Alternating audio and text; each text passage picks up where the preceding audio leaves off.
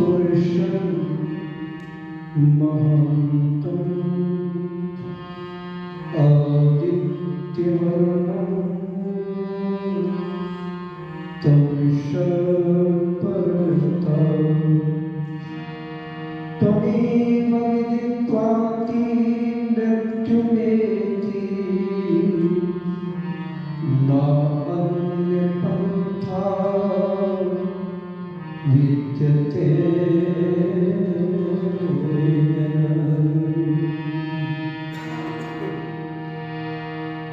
हे प्रभु तेरी शरण में हम सदा आते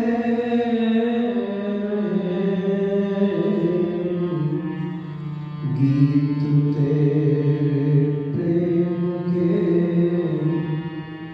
हम सदा गाते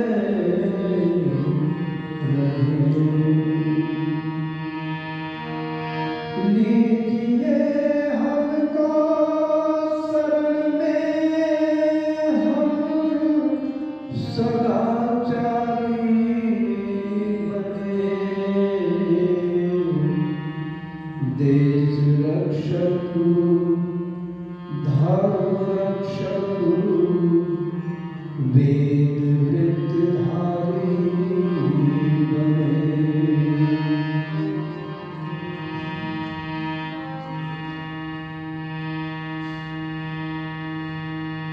सृष्टि रचाने वाले दुख से बचाने वाले दीनों को दो सहारा रक्षक है तू हमारा दीनों को दो सहारा रक्षक है तू हमारा। सृष्टि रचाने वाले दुख से बचाने वाले दीनों को सहारा रक्षक है तू हमारा। तेरी ज्योति से चमके नभ में चांद सितारे तेरी ज्योति से चमके नभ में चांद सितारे अगन गगन जल धरन पवन के देखे बड़े नजारे सब कुछ बनाने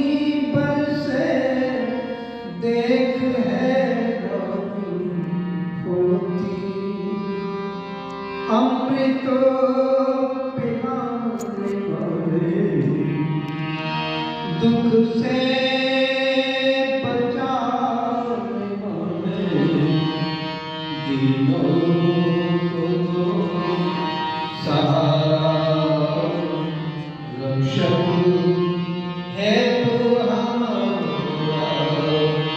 सृष्टि रचाने वाले दुख से बचाने वाले दीनों को सहारा रक्षक है तू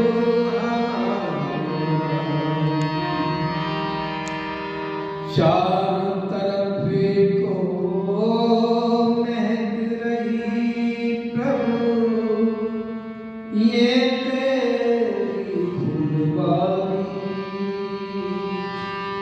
चारों तरफ को महक रही है ये तेरी फुलवारी रंग बिरंगे फूल खिले हैं रंग बिरंगे फूल खिले हैं खुशबू न्यारी न्यारी कलियां खिलाने वाले दुख से बचाने वाले दीनों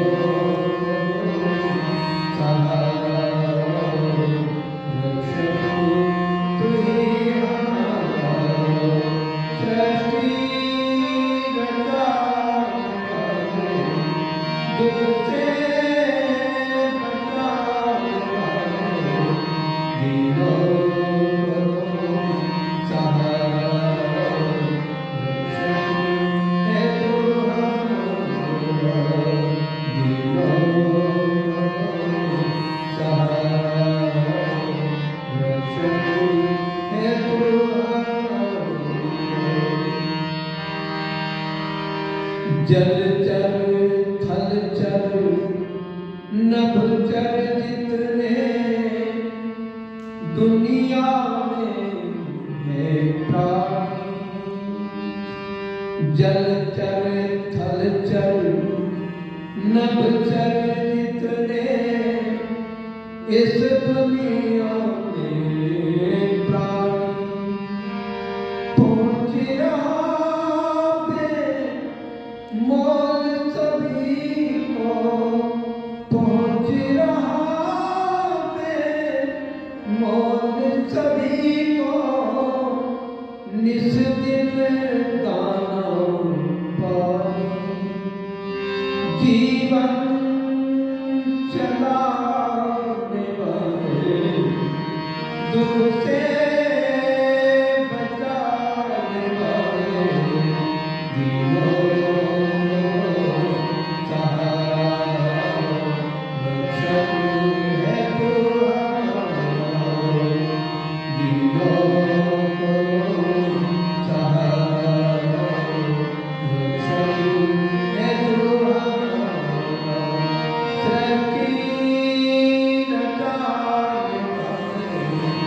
दुख से बचाने वाले दीनों को सहारा रक्षक है तू हमारा दीनों को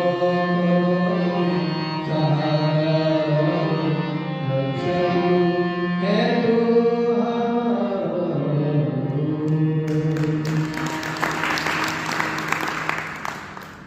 व्याख्यान वेदी पर विराजमान हमारे प्रेम गाबा जी, हमारे मित्र और चेतराम सैनी जी और बहुत ही सुयोग्य पिता की सुयोग्य संतान संस्कारवान भाई दुष्यंत बादल जी, अविनाश आर्य जी, सनी आर्य जी और हमारी बेटी पूरा परिवार दयानंद ब्रह्म महाविद्यालय से हमारे बीच में ब्रह्मचारी वृंद, जहाँ तक मेरी आवाज़ जा रही है सभी प्रबुद्ध श्रोतागण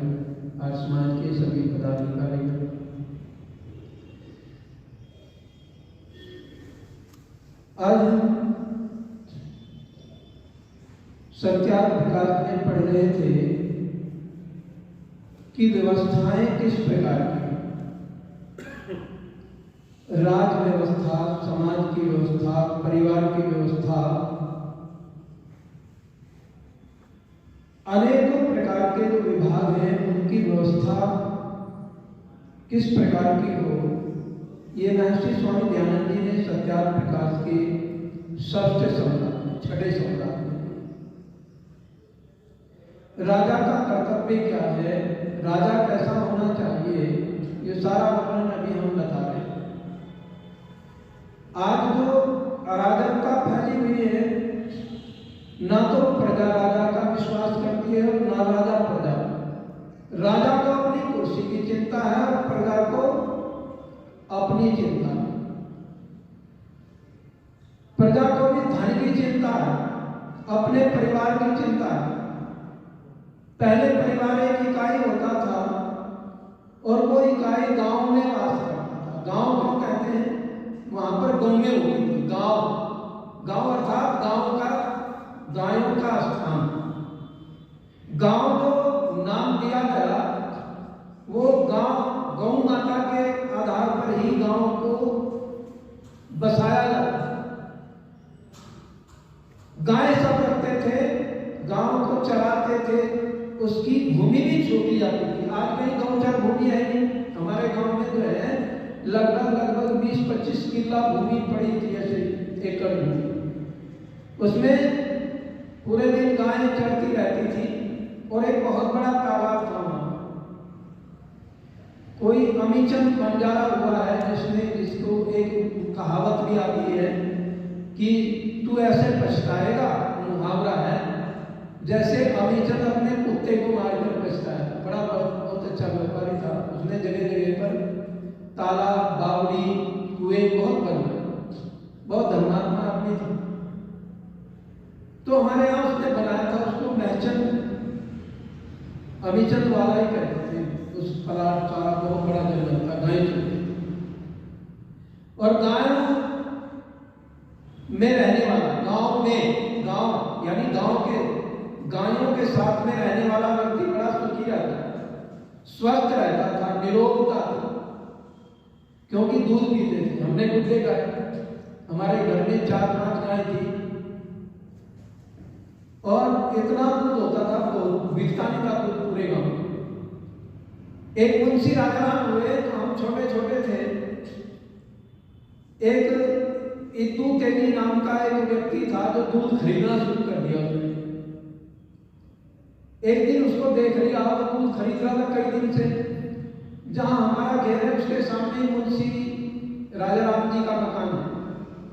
वो बड़ा आज समाज से बड़ा संबंध रखते थे, ऋषि दयानंद के अनुयायी थे और हमारे आज समाज गांव के प्रधान भी रहे।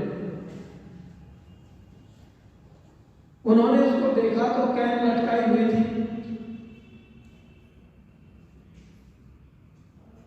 अब ये जो दूध लेकर के आ रहा था वो रास्ते में मिले मुंशी राजाराम जी। उनको मुंशी जी के नाम से ही जानते थे ज्यादातर लोग, जाट परिवार से थे। उन्होंने कहा तू क्या ले रहा है इसमें? कहने लगे जी ताऊ जी दूध ले रहा। दूध कहां से लाया? ये कई घरों से लाया। किस किस के से लाया बता? उसने कहा जी उसके से लाया हूँ, सैनी के परिवार में से लाया हूँ, रामेश्वर सैनी के से लाया हूँ, और चौधरियों के नाम गिनवाए, कुछ हरिजनों के गिनवाए, कई घरों से लाया। कितना दूध है इसमें? उसने कहा इसमें 50 किलो दूध है। कितने का है? उसने जब 2-3 रुपए किलो का होता दूध था, उसने बता दिया जी 100 रुपए का है 50 किलो। उन्होंने 100 रुपए अपने बटुए से निकाले, अपनी थैली से, कपड़े की थैली रखते थे उसमें से निकाल करके उसको दिए कि ले 100 रुपए। और इस दूध को जो बैलों के खोर है उसमें डाल, जो पशुओं के चारा डालने की होती है, खोर बोलते हैं हमारे यहाँ उसको, इसमें डाल।